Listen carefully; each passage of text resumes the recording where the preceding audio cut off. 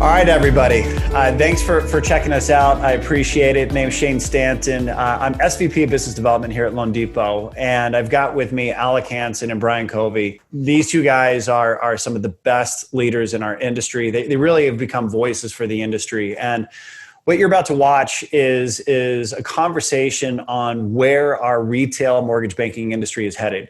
There's a lot of changes in the future, whether it be technology, whether it be consumer behavior, brand. But Alec and Brian, thanks for being here, guys. I appreciate it.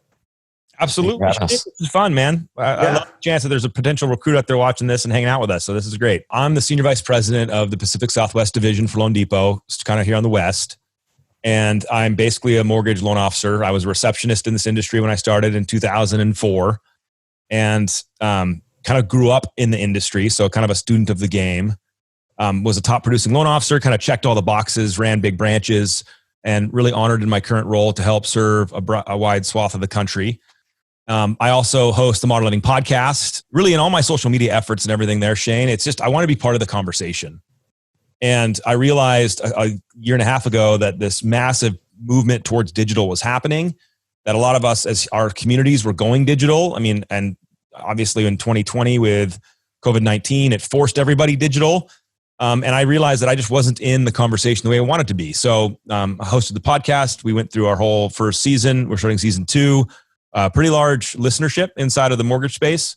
And, you know, again, it's just all about being part of the conversation. So that's a little bit of my background. Yeah. And also an author, right? Didn't you, this past year, put out a book? Yeah. So there's that. There's a book out as well. So Brian, you're in, man. You please share your background and make the rest of us jealous. No, not jealous. I will say similar to Alex, where coming out of college, I'd played soccer and then played a little professional soccer. And I found myself landing in the mortgage industry, unbeknownst, no idea how I really got there other than there were some people I knew and they said, hey, this would be a good job for you. Went and did that, worked my way up from almost in the credit side of things into a mortgage originator, top producer in the branch, moved through the branch manager, got into the builder space. So that was a large part of my learning, was working with the new construction side, a condo and builder. And so for almost 19 years, I've been a guy on a journey trying to improve myself, get better, and help others along that journey. And that's really been my leadership passion that came from sports, quite honestly, where it was that coaching aspect that coaches and mentors had such a big part in my life that I thought there was really a void in the industry and the changes were happening and no one was really leading from the front to help this modern originator and to show up and to be someone that customers in your local marketplace, one, they can find you, and two, they want to do business with you. And so I've been on that journey. Part of why we launched the podcast was to bring out stories and to inspire people, but then give them the tools to win today. And then we got into, just like Alec did, he kind of inspired me. We're going to release the book next month. Yeah. And that came from birthing out the podcast. And I would say for anyone listening, what that has allowed me to do is a little bit of an authority in the market, but I've branched outside of just mortgage because I think there's some learning outside of our industry that we will continue to do to make us more well-rounded, especially as leaders. And so the book gave me a chance to talk with some of the best guests. Many of them are not in the mortgage space. Some you'll know, like Dave Savage and Barry Habib and folks. But really this was an opportunity to connect people with stories and equip them with the tools to win today. And that's my passion and what we do with our team. And I hope to do that beyond loanDepot, beyond our team, but in the industry. Yeah. And that's the common DNA thread between you guys. And for those of you watching, that's why I've asked Alec and Brian to help us here is they are not just voices for the industry, but they're students of it. And they're constantly learning and constantly getting educated. And when we put this particular video together, the idea is to give you information and knowledge to think about, like I said, on the industry up ahead. And what better two people than probably the best students and the two best voices that our industry have. So for you two and what you're seeing in the industry, my question is, why retail? Why is retail still the future of this industry, and what role does it play, for the communities that we're trying to serve? I'll take a first stab at that because Anthony Shea has always cast a really clear vision for retail lending, and when you hear him talk about it, it's hysterical because he was mocked for coming into retail. He was a pure digital platform, and then he said that, he came in and opened up offices and bought retail players like almost a decade ago. And he was going, why are you doing this? The world's going digital. And the reality is that we are going digital, but we're not losing our humanity. And we're not losing the reality that humans make decisions by what's around them being influenced by not only a digital platform or branding, but also by other humans. And at the same time, the consultative value of a mortgage professional is not a commodity. You talk to 17 different loan officers, you're going to have 17 different years of experiences, backgrounds, priorities, viewpoints. The consultation each of them give are going to be unique and different. And there's value in that. And that's really the power of retail lending. That's why we're hiring hundreds of retail originators every month. That's why this is a major strategy of the platform. And it really is the power of this digital and local combination that I think sets us uniquely apart. And I love what you said about the commodity piece. And what I would add is retail for me, my experience has been working in the large bank and working for a medium-sized lender and then being at Loan Depot. Really, I see the power of team. And again, I correlate that to sports because that's kind of what I grew up with. But retail, the right retail team affords you the ability to collaborate, to network. And it also gives you upward mobility that for some people listening, they don't want to be just an originator their entire career. Some that might be their route. They build teams, they build their production, and that's phenomenal. But wouldn't it be great to have optionality? And that's what excited me about retail and always has is the power of collaboration with teams, and you're helping each other reach those next level goals. And whether that's building a larger team, expanding your territory, doing more production, retail has that ability and that DNA that really Anthony's infused in us, which is that entrepreneurial spirit that I love, that I don't see that in other channels or in other companies. And that's what drives me every day is how do we build the best team? And then I believe the best team will win. Yeah. Well, and collaboration goes outside of just mortgage, right? I mean, it's the realtors that are involved, and in some cases, the builders. I mean, when you're dealing with consumers, it's the financial advisors, CPAs. And Alec, that pulls back into your community comment. It's very difficult to operate in a call center environment. And then to Brian, your comment, create that collaboration and team environment if you aren't local and you don't know who those folks are. Anthony's always taught this and said this: you have to serve the customer the way they want to be served. Yeah. The customer is who's running the show here. Yeah. And so, and that's been, we can talk about consumer behavior as it comes, but that's been a trend for decades now, is just the customer, us taking more control of our lives, what we want, our processes. And so, when a customer wants to have that face-to-face, when they want to have accountability that they can touch and see, you cannot just go, well, we can't serve you that way. And the competitors that are picking lanes there are going to lose, not realizing the customer's in the driver's seat. So it's another reason why local matters. Well, and to nerd out on stats a little bit, if you just look at the digital consumer and you look at conversion percentages, right? I think the number, and you guys correct me because you've heard the same numbers. I think that the conversion percentage of when a digital consumer goes local versus not local goes up by about 300 to 400%. Like they want to engage and close a mortgage with a local professional because of all of the services that they can provide and the knowledge and the collaboration. The consumers are telling us that. It's just, it's up to retail franchises to lean into that. So I'm going to use that to pivot a little bit actually into the consumer themselves, Alex, since you talked about that. Yeah. The consumer's changing a little bit, right? When I first started in the business, I mean, it was the only way you're going to get a purchase transaction is if you know realtors or builders. Mm-hmm. Like that was it. Good luck. Yeah. How is the consumer in terms of finding financing options? How are they changing? What do you guys see? Well, this is an interesting trend. And Shane, I'll piggyback what we were just talking about is customers, if you listen to what they're saying, and I try to learn, what are they not saying? And some of the themes are they want to start online and do their homework where they are, but they want to finish local. They want that local expert that Alec referenced that, maybe at their soccer game or their church or their kid's school and what's there. And you can see consumers right now, millennials being the largest population that's buying, very comfortable with going on their phone. And they're very comfortable not having a relationship with you prior, but looking at where you show up on YouTube, Instagram, Facebook, LinkedIn, all of these social networks. They're very comfortable and confident picking you out of a selection to call and then start to get their financing. And I'm seeing that shift continue of it used to be all based off of a referral. Like that was, if you got a referral, you were done. They didn't shop you. They didn't go anywhere else. That was it. And I think part of that is going to play into how customers research online and then how they're selecting. And they want speed. They want the technology to look good. They want the process to be easy. But I know we'll cover some of this as well. They want someone they can trust. They also want a brand that they can trust. And when you put all of those together, you can marry that. That's when you're going to see the consumer actually make a decision, which is what we all want. We want them to engage with us and then make a decision to where we can advise and best serve them. So that's going to continue. That behavior wasn't trained through the mortgage industry.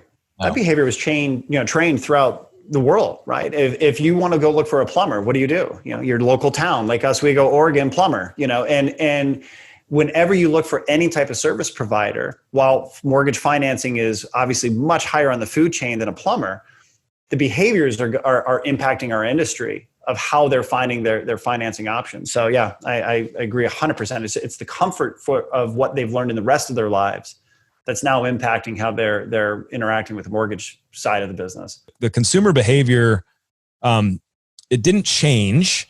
It's just operating in different spaces now.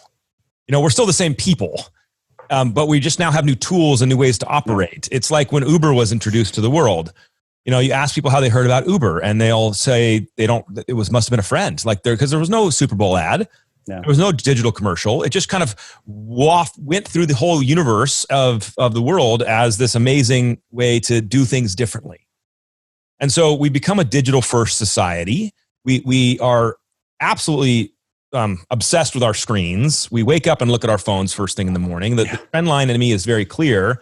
And so if that's where all the action's happening now, the companies that are smart, that are relevant, that are looking into the future are realizing they have to play a different game with those customers. There's a reason why a direct lender with no local loan officers is number one in purchase business in many of the counties across the country, because they're starting where the customer's starting.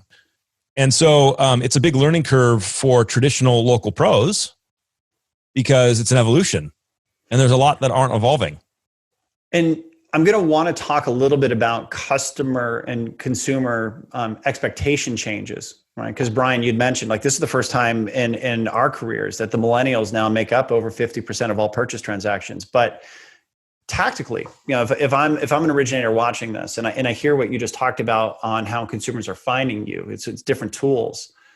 What do you guys suggest that a retail originator who has predominantly lived referral based and not in this kind of new tool area, we'll call it, what do they do? How do they take advantage of this? Because my experience is this is not a company thing. Companies can endorse it and support it and educate it, kind of like Loan Depot does, right? With what you build with Modern Lending Playbook, but originators have to take some ownership over this. What suggestions do you have for people that are watching this? I think they need to become a student again. And the reason I say it like that is because I feel like a lot of the local professional mortgage guys and gals that I know are very experienced. They've broken through that initial pain of learning the game, of having no relationships and no business, and then evolving that into a steady career of referrals and past customers. And then from there, it's like, I did it. I made it. Now my game is just I just make more relationships and I kind of scale, but we all forget that there was a pain point there to get through that. Yeah. And we're back in it again. And so to be a student, I think you have to kind of go, what don't I know anymore? What am I making assumptions on? Yeah. Because when you ask the questions like, how many of your customers are coming to you through your referral network, but they've already got a rate quote or a pre-qual from someone else, as a percentage, and I'm watching loan officers be like, it's high, it's becoming higher. Yeah. Well, that's because the sales cycle moved to the internet and that's where it's starting now. And you're down here. And so when the customer's finally getting to you through your referral network, there's more challenges involved. There's more lenders involved. You're having to be defensive versus offensive. And so everyone is seeing this when you have rational conversations with great originators. And so then the natural progression is, well, what do we need to be a student of now to go play the game over here where it's being played? And I love how you frame that up, because I think that's where continuously learning. And if anything, we learned last year in 2020, where if your business was built on face-to-face, sitting down with customers, and that immediately gets ripped away from you, do you have other tools in your tool belt, so to speak, to where you can continue to serve your customer and to win the customer? And I believe one of the number one skills that a loan officer needs is that adaptability, meaning that if there is something you need to learn, we need to continually learn that. We learned that video is going to be a key component. We also are learning now how customers want to interact. Is you may get referrals through Facebook or Instagram, and they want to connect with you there. They don't want to even have a conversation with you until later. So what are your skills and what's your process? If someone engages that way, your strength is on the phone. I think that's where becoming well-rounded and that student comes in. that we've got to continually look for, what are our customers saying? And one thing I would challenge you to do is find out what the customers that came back or they found you, they were new customers last year, and find out how they found you. Why did they choose you? And don't be afraid to ask those questions and learn about your business, because you may learn your superpower or your strength wasn't what you thought. You may think your value is over here when really that customer is saying, hey, I like you because you're local. I like you because you are at a larger organization. I could find you online. I like you because whatever that reason is, we need to know what that is so we can replicate that experience and expand and really grow our business. If not, we're almost playing a game and we don't really know the next move. We don't know the rules and we're winging it. And that's not a strategy that's going to win going forward. But you brought up video. I think video is such a perfect example because pre-COVID, you two especially, as voices of the industry, you guys were proponents. I mean, Alec, you've gone on web series, video, just turn the camera on. It doesn't even have to be perfect. And then COVID happened. And immediately we moved into a Zoom environment. Immediately we moved into a Teams environment, with a lot of organizations. And magically, these same people who never would do video were doing video. Yeah. They putting their face out there and getting comfortable. And then they learned how to do it with their consumers and their realtors. It shouldn't take a worldwide pandemic to get you to do the things you should. Because for those originators that were ahead of the curve and had the courage to stretch themselves, be a student, learn, and challenge themselves, they were taking advantage of this technology well before COVID, and they were better prepared for it. It feels like we're coming up in the dawn of the age where a digital mortgage is a real thing. It's not this sci-fi thing that we're talking about and dreaming of. What are consumers expecting, out of a mortgage lender when it comes to technology and really the loan manufacturing experience that they go through? What does that future look like? It's not a future. And what I mean by that, Shane, is they're expecting what they get today from other things to be true in the mortgage space. So they're expecting Amazon style turn times, delivery, clarity, transparency. They're expecting Uber style experiences where they can see in real time what's happening and where their burrito is on the way to their house. We are all expecting that from everything we're consuming as consumers. And sadly, the mortgage industry has been absolutely in a time warp, back into the 90s and 80s, it feels like, in a lack of development of technology to serve the customer the way that they want to be served. And we're seeing it radically change. Sadly, most of the technology changes were actually done just to make the loan officer's job easier, which is great. I want the loan officer's job to be easier because then they bring in more loans and they're happier and all that stuff. But it wasn't necessarily designed to make the consumer experience any different. What if a customer could go from their LE on day one of an application, give us their documents, whether physically or digitally, and then have a closing disclosure and be clear to close on day two? Like, what if that could happen?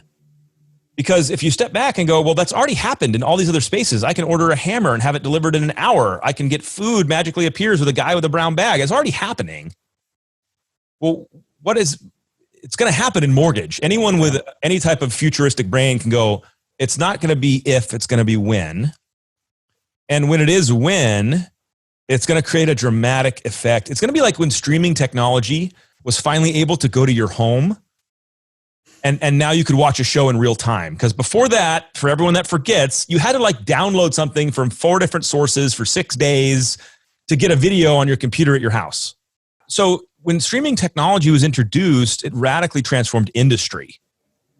And by the way, everyone had access to it. It wasn't like it was proprietary, only this one place can stream technology, can stream videos. But look at the effect it had on Blockbuster and the rental industry and even now the movie industry. But that's part of the vision of Anthony Shea, which was, I'm not waiting around. This change is going to happen, and I want to be part of creating that change versus relying on some vendor to do it or relying on some competitor to do it. I need to be first into the breach to invest in technology, to create that change, to benefit from it. So Brian, if technology gets to that point, basically a 2-day and I'm done, what do originators need to prepare for? And I love that question because as you take what Alex shared, and we know that there are digital tools today that you can validate income, you can validate assets. We've had, Ron we can notarize things remotely. We've got all these things that are actually happening today. And if you were to say 10 years ago, would those be happening simultaneously? Some people would say no. Some might say yes, that's where the industry is going. Regardless, the adoption of technology is going to be what separates the good from the great, I believe. Meaning that a company, an industry can provide tools galore. We can make the process simpler. We can go from day one, get the LE out, get an online appraisal, all these things done. But if the originator doesn't adopt those tools into their process and create that where it's simple and it's streamlined for the customer, all those tools are going to feel like an additional piece. It's going to be weight that they're having to carry. And that's why I go back to two words that I talk about a lot is the adaptability. Do you have the skill and the mentality to adapt? When things change, are you an early adopter? Because the early adopters we've seen are starting to absolutely dominate the space, whether it comes to building a brand, using your digital tools, all those things exist. The other word I would share is efficiencies. And the originator that learns how to take technology and make it an efficiency for them and their team, they are going to win. Because overall, if you think about the more efficiencies a company has or a team has, one, you actually get to make more money, right? Which is a good thing for companies that are for profit. Yeah. And then two, for the originator, it gives you more time to do what you do well. If you're really skilled at bringing in business, wouldn't you like to have more time there? But I believe that's going to be a separator. Do you adopt that technology? Do you work through as it evolves?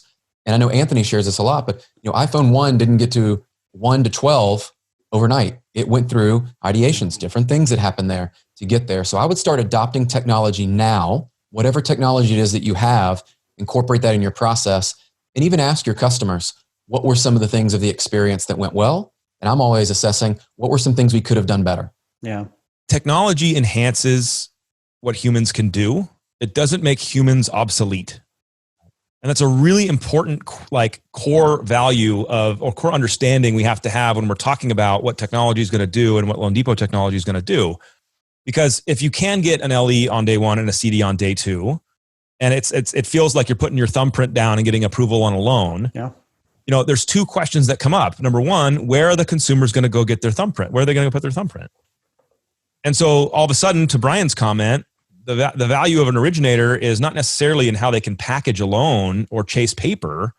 The value of the originator is having that local influence and professionalism and brand where a customer is so excited to go apply and get their financing through a Brian Covey. At the same time, even if there's technology that can speed an approval that fast, that didn't introduce wisdom to the transaction. And loan officers forget that there's extreme value in the wisdom of a real professional mortgage consultant who's going to take somebody's unique, crazy life situation and be able to guide them through this mess of opportunity and all these loan programs and provide them with the right counsel and the right positioning for their finances on the largest debt of their life. A chatbot and a virtual AI LO is never going to have wisdom like that. I get excited because I'm like, wow, this could free originators to go be great. Yeah. They can take the 70% of their day that's focused on paper chasing and file management and let them go out and spend more time with humans, more consultation opportunities, more prospecting and marketing opportunities. To me, that's what gets me excited. Other people hear it and they go, oh, I'm being replaced. Yeah. We're not hiring mortgage professionals to chase paper and to file manage. Exactly.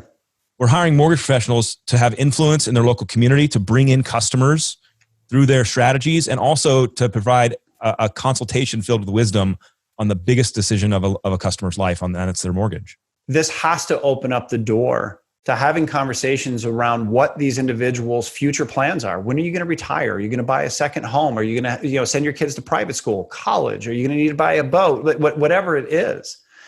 And then help connect them to the individuals that are going to make those endeavors more successful.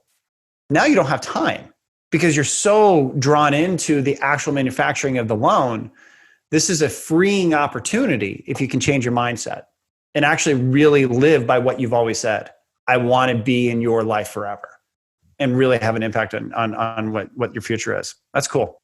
How important is brand to the originator in this future market? Like, is this the game changing, aspect of the business? Like, do they need to spend a significant amount of time on brand? Is it more old school networking? Where is brand play in this? And how much of the business is this going to become for individual originators?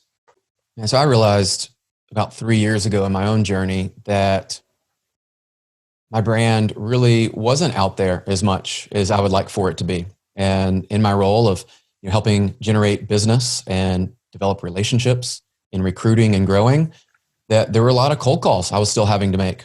And brand for me became something much bigger that I wanted to study, I wanted to learn. And what I realized is brand can actually take that cold call and make it a warm call. It can create referrals while you're sleeping.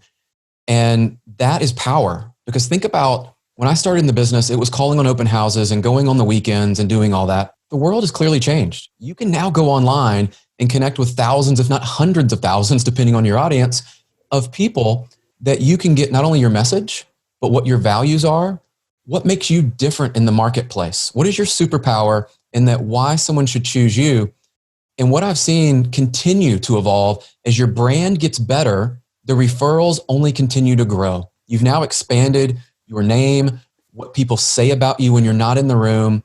And if I saw this happen in my own journey, that we could create almost a machine and a process of, I know where referrals are coming from, and it is a different weapon that what I would say is the early adopters. Again, I still think we're a little early. If you look at adoption rate on people that are intentional with their brand, investing money in their brand, getting in on this early is going to put you in a spot that you now are the household name. You are the person that's there, and you're powered by a company like loanDepot. And it's funny, I actually went out earlier today and someone was like, I see you guys commercial everywhere. What's great is they connected with Brian's personal brand online, and now they're connecting that with an amazing retail company brand, and you marry those two together. And I just say that is the X factor. That is what makes you different in the market and will continue to separate you. And not only building your business, but building a career, a lifestyle, and serving your local community in a way you couldn't have done the ways we used to. So take advantage of this, what I would say is a superpower, building your brand. So well put. Like, because you're right. When you work in a transactional meet, how many calls can I make? How many text messages? Time is your limiting factor. This is duplicating you. This is allowing you to have one action touching many people versus one action only touching one. When you look at consumer behavior, which we've been talking about, people, ourselves, we love brands. We love brands. We love Amazon. We love it as a society. What we talked about in the beginning, there's still a humanity factor that we have to take into consideration, because we're not just buying a hammer or a widget from a mortgage company. You're not just and companies want to pretend that it's a widget, and it's not. It's a human that needs an individual attention, and they need professional consultation. So there's massive power in the 1-2 punch behind a national brand that gives a customer stability, a sense of connection, a pride. There's a tribe in it. But then at the same time, it's like, okay, well, I like that, but who do I talk to? Yeah. And who am I going to trust inside that brand? Because I'm not just buying a hammer and having it delivered today in an hour. I'm making a huge financial decision when both of those things become actualized, when the loan officer realizes I have to build this incredible brand, or I have the opportunity to, and I'll look at all the influence it can make. And then, oh my gosh, on top of that, I have this national platform that's giving me more reach, more connection, more authority. And then you can come out and you can radically transform your business with both of those things firing. Well, and you said people love brands. I'll use the same sentence, but with a different world. People trust brands. It was a word that was used by one of my mentors, and it was ubiquitous. And Alec, I heard you talking about it the other day, and the power of being everywhere and being ubiquitous, where you're showing up, where your customers are showing up, your referral partners are showing up.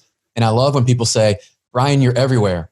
Well, I'm everywhere intentionally. I'm everywhere you are going to be, because you're my ideal client or referral partner, or someone I believe I can actually help. And so that challenge of being ubiquitous is absolutely marrying those brands, and it will differentiate you from the competition every day. How much does a retail originator need to pay attention to leads versus what we've traditionally done in referral-based business? It has to do with the change of consumers. And we just talked about this. You have to pay attention to what they're doing and how they're operating. in order to win in any game. And Brian answered this eloquently. They're starting online. They're starting on the internet. They're pushing buttons on websites, and they're getting swept up into conversations, into companies, into lead aggregating machines, and they're being contacted and they're being given information and they're starting the process. And to forsake that and think that it's not happening and just kind of put your head in the sand, so to speak, is going to be absolutely detrimental to anyone's career that wants longevity. You've got to pivot and move where the people are pivoting and moving. And so as we turn more into this digital space and as customers, I know it's very normal vernacular to call them leads, but they're just humans. They're just people. They're customers that are starting a journey a certain way, and they're being interacted with a certain way, and they have certain expectations. But I can tell you right now, when a customer who pushes a button on the internet gets swept into a call center style machine and gets robo-dialed 32 times in 2 days, they don't like that experience. And you take that same customer who wants information, who pushed a button, and they get a personal video text message from a local mortgage professional that says, "Hey, I'm Alec. I'm down the street. I know you pushed a button online. I know you got a lot of information. I've been here for 30 years or 20 or whatever it is. And I'd love to help you if you're not getting what you need." That same lead, that same customer experience who is behaviorally acting like they are doing, guess who they respond to? Mm-hmm. And by the way, the biggest irony in all of this is a customer that pushes a button on the internet, they don't want someone to call them.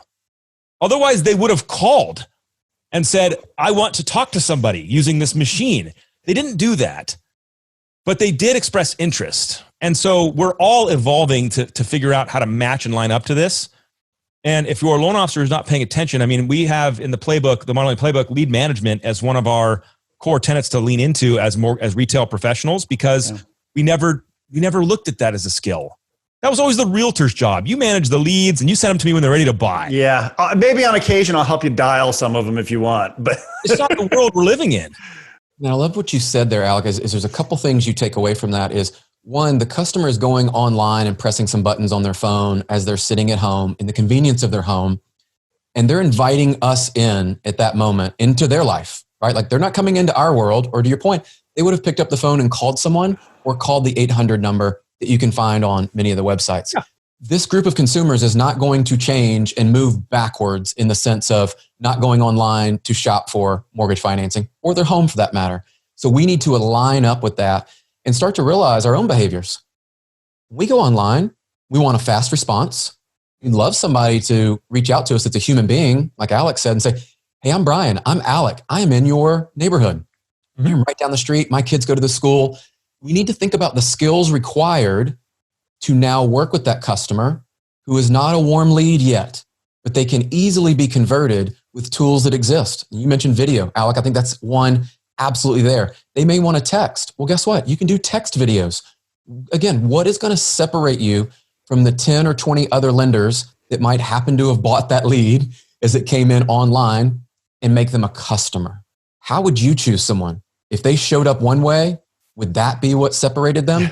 And I can tell you, someone sends me a video today, that is probably going to stand out in the marketplace. So it's not big things we think that are huge changes. It's subtle things that we can do today that are going to differentiate us and win. When someone's clicking a button on the internet to go get a mortgage, to get information, why aren't they doing it with you? Yeah. Why are they doing it with a Lending Tree or a lowermybills.com? Why aren't they doing it with you? That question is what we've been leaning into at Loan Depot for the greater part of a few years now to solve that issue, to address that issue, to put our loan officers front and center so that that digital customer that we all want to talk to is coming to you. And so, I mean, Shane, you talk about consumer behavior, you talk about where the puck is going. We can see it. It's going there. It's in motion. And we've got to be in motion to meet it. And that's why it's so vital that these leads are leaned into by the retail originator, because the consumer is hungry for personalized communication. They're hungry for that person to say, "Hey, as you said, I'm down the street. I'm in your town. Let's get to know each other." They are not hungry for, getting called 32 times until they pick up and finally just kind of whatever, I'll do it. And that's why it's so vital. And that's why loanDepot's strategy, all purchase leads are pushed local, right? We do live transfers. You're going to be on the phone with them. So we can serve these consumers better. And at the other mindset is they aren't leads. They're your neighbors. Yeah. And that's the question that I talk to originators that are contemplating this. I'm like, so let me just ask you a question. If you found out your neighbor was looking to buy a home, would you want to be the consultant that helps them with their financing? Well, the answer is yes. Well, what if they pushed a button first versus walking over to your house and asking you to help them? The answer is still yes. Meaning you've got to go where they are. Yeah. And then serve them in the way that they want to, in the way that you can. I want to ask one more mechanical question, just tactically, because retail originators have a lot of strengths, but there are areas of weaknesses. If you're going to venture into this space, what are the things that an originator needs to invest in and begin to get educated on, be a student of, to use your word, Alec, to make sure that they're best positioned to serve these consumers? Because it is a different sales flow. We talked about personal brands. That's one area I think you should actually spend money, right? Like it's not just you going online and blindly posting your favorite quotes and taking your corporate social graphics and putting them out there. Well, that may get you some eyeballs and get some things there. I think for you, investing in yourself has been, for me, along my journey, and the best producers I see at our company, if you were to ask all of them, they typically have a coach, a mentor, someone that is working with them specifically. Because I believe everybody's created a little bit different. You have different unique gifts and talents, but it's really bringing out what's the best with you. The trend around creating teams as your production starts to grow, what's beautiful about retail and what we do, I know, is you start to grow. What does your team structure need to look like? And different team structures are going to evolve and change, but having that real certainty about, I need to grow, here are the areas I need to work on. And I think for many of us, we were kind of brought up the way of, if I don't do it, nobody else can do it as good as I can do it. Yep. And that's insecurity manifesting itself, honestly, out and thinking that no one can do it good enough to make sure that it's done right.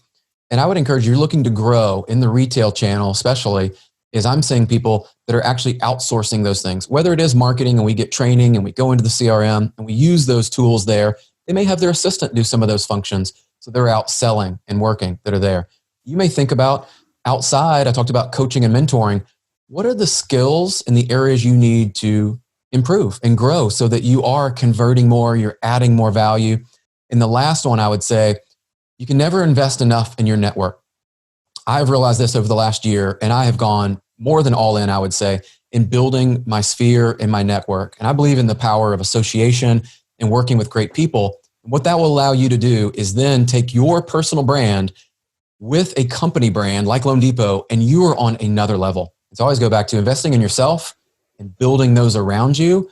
Those are going to be the things that really start to catapult your success. Yeah. And people are going to be asking you, how did you get there? And Alec, I know you saw this because we both commented on it. There was a video that Dave Savage was talking about the best originators in the country. And he happens to be in a network with a lot of them. And the number one skill that he said is they're all leaders, which is an interesting thought because many of us, well, I'm a mortgage consultant. I'm an originator.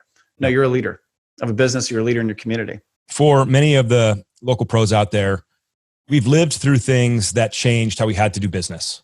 And for new people that are hearing this and you didn't go through the credit crisis in 2008, at least you'll hear the story and you'll recognize it. So our business had to radically change. Loan products we could do one day were gone instantaneously, even mid-pipeline, mid-transaction. Companies were gone mid-transaction, didn't fund loans, disappeared, went under. It was a radical transformation, a period of transformation for mortgage professionals. We have it again happening right now.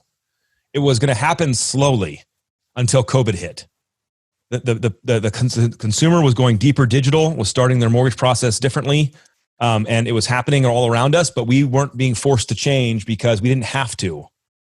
And so we as local professionals were not. We were just still doing what we've always done, training like we've always trained, teaching what we've always taught. And so new skill sets are needed in a new environment. You have to be comfortable on video in a new environment when you can't meet face to face. You have to be more comfortable with technologies to use to get your message out at scale and take advantage of the opportunity that's happening around you as the world goes deeper into social. You know, you have to be a student of lead management, because our customers are wanting to interact and are interacting differently than they've ever done before. Kind of one of the big themes of this conversation has been the change of all of us as people paying attention to that so that we can reposition our sales strategies and our tactics to win in how the customer is evolving. And so it could get as simple as learning video, being comfortable, putting the reps in, to as complex as a social media strategy to build influence and brand, and a whole thing in between. So if you're looking at, the future success of any originator, I can tell you right now, is going to be their ability to attract business themselves through their brand. Because at the second they can't do that, the second any local professional cannot get business coming to them, then they're going to have to work in another environment where business is brought to them. And so the future of any local pro is really landing on that topic. And so my greatest encouragement for anybody that's hanging out and listening to this is come be part of the freaking team who's doing it. Like, we are doing it. Look at the loanDepot traction. Look at the loan officers out there that are doing podcasts, if that's for them, doing video, doing branding, doing social media. I mean, it's because we all see the same thing. Yep. And we're trying to learn together, like Brian said. We're being collaborative. We're pushing each other forward because the world has changed and we refuse to stay the same while it changes around us. Yeah. Shared visions, shared goals with super talented people. Good things are going to happen. Yeah. And then you get proprietary world-class technology that changes the entire game for everything. Yeah. And we're coming, baby. Yeah. Well, guys, I love you for doing this. Really, really appreciate it. I hope you got from this recruiting video that there's no hard close here. There's no weird awkwardness. We're not trying to come at you and tell you why your company's bad or any of that stuff. We're proud of what we do. We're proud of the organization we're a part of. And we want to be industry contributors. We all have a huge job to do in terms of serving the American people in home ownership, a huge job. And we're really in it together. I love that. And I'll close with this. As highly competitive as I am, as many of you know, I choose collaboration over competition. And so if you want to connect up and collaborate, I don't care where you are in your journey, where you want to go. Let's do that together and share, because I've just found that part, it's a win-win for everybody. Adding value as always. Thanks, you guys. Really appreciate you.